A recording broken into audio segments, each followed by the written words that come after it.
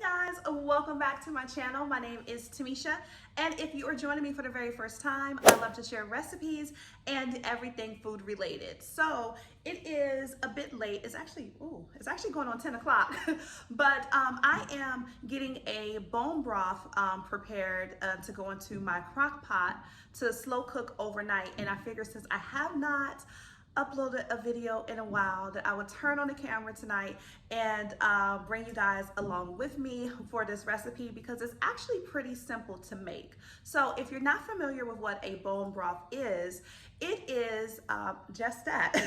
It is a broth that is made from bones. Now tonight I am using beef bones, but you can use any type of bones that you like. Typically I do it with chicken bones, but I'm gonna try out beef tonight, and you add a few aromatic vegetables and some simple seasonings, and it creates this amazing, like super comforting, delicious, healthy broth. So if you are tuning into my channel for the very first time, I have made mention over the course of having my channel that I do have lupus, which is an autoimmune disease. And along with lupus, I have a ton of other chronic illnesses. And along with those chronic illnesses, they do bring a lot of inflammation. I typically go into flare-ups a few times a year. I'm actually in one now, and I have been for the past 2 or 3 weeks, and I have a lot of chronic inflammation and pain throughout my body, and so this is the reason why I'm making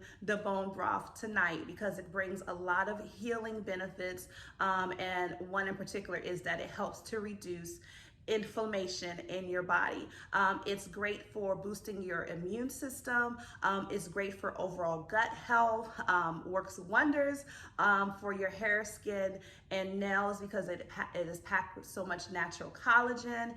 And it tastes good. It tastes good and it feels good going down when you're sipping the nice, like hearty, warm broth. So let's get started on our ingredients. First, we're going to start with our bones. Now this is the sliced beef bones, and as you can see inside, in the center you have the bone marrow, and there's still a little bit of meat on these bones as well.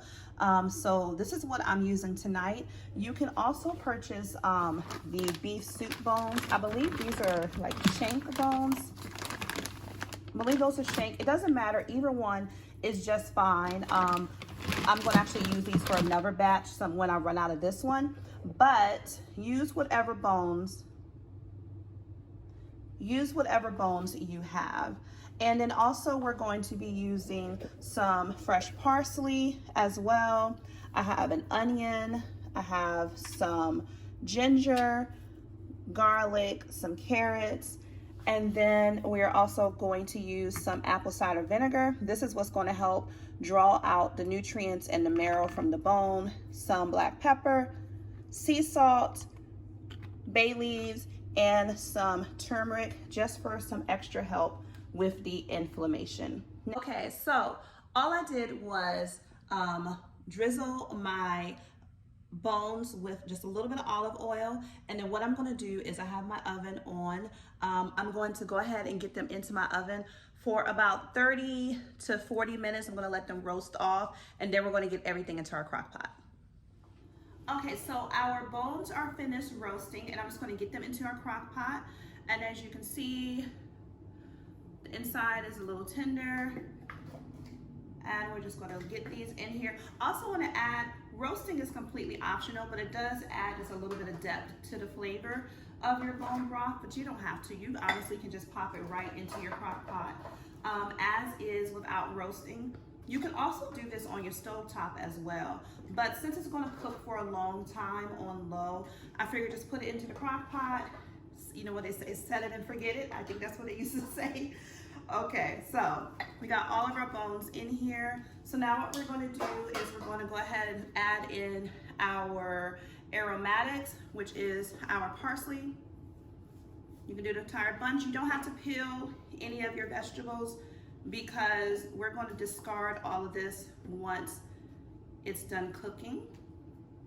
Add in our onions. And I just have my garlic as well. And all I did was just kind of cut it in half, the entire bulb. You don't have to peel it.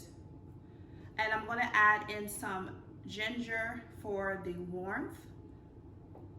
It's great for inflammation as well. I have 2 bay leaves I'm gonna put in there.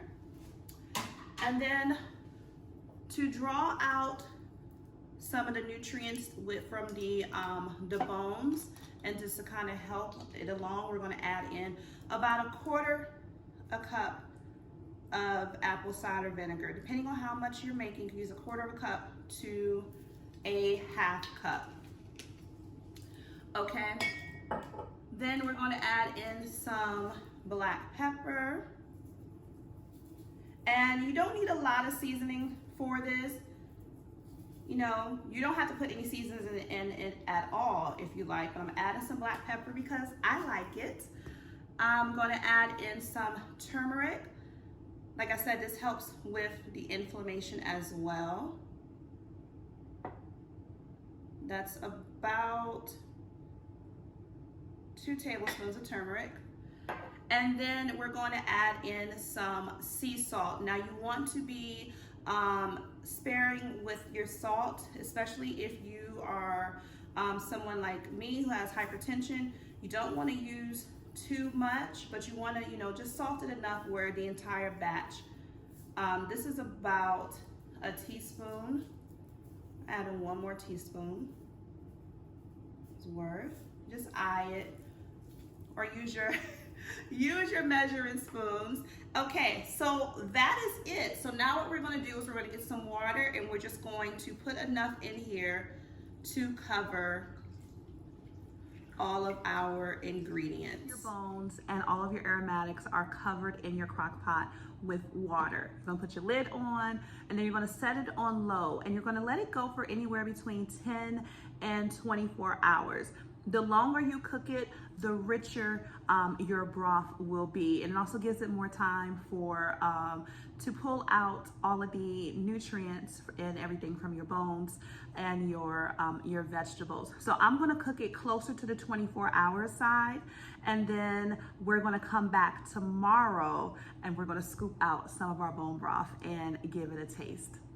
See you tomorrow. All right, so we are at the 10-hour mark. Good morning, by the way. Brand new day, it's a little early. We're at the 10-hour mark. I just wanted to pop this open and give you guys a quick look. I am gonna let it go for about 10 more hours, but you can see it is already looking nice and rich. I love that color on it. We have a little extra color because of the turmeric, but yeah, this is looking good. So I will come back when it is time to strain and take a sip.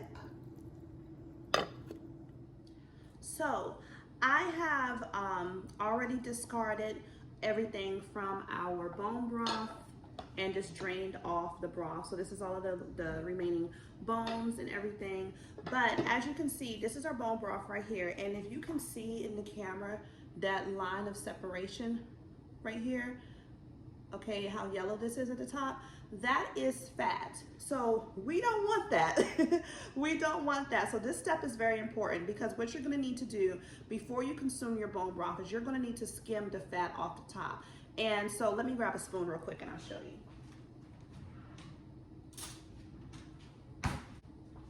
So what you're gonna do is just take your spoon and just scrape that layer of fat off and just toss it to the side.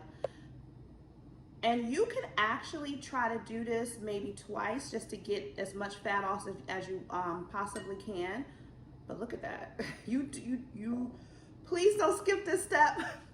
Please don't skip this step. Where's the camera? Please do not skip this step, okay? Otherwise, you know, you're gonna be trying to be sipping, and I promise you it is not gonna be very pleasant. So, and this is just a sprig of rosemary. As it was cooling down, I stuck a sprig of rosemary in there just to give it a little extra flavor. But we wanna skim all of our fat off. And like I said, you can do this 1 or 2 times. And then what you're gonna do is you're going to store it. You're gonna store it in whatever container you choose. If you're gonna put it in a freezer, put it in a freezer safe container. I am actually going to put this in a little Tupperware and put it in my refrigerator because I'm going to consume all of this throughout the next week. And what you do is it's going to become gelatinous, and you're just going to scoop out a little bit every day, put it into your mug, and have a sip. I got my cup of nice warm broth here. I am about to go sip on this, guys, but I wanted to just close out by saying thank you so much for tuning in to today's video. And if you have any questions about the process of making bone broth, whether it be in the crock pot like mine or on the stovetop, feel free to put it down below in the comment section and I will be happy to answer it for you. But until the next video, you guys, thank you so much for tuning in and be safe. Take care.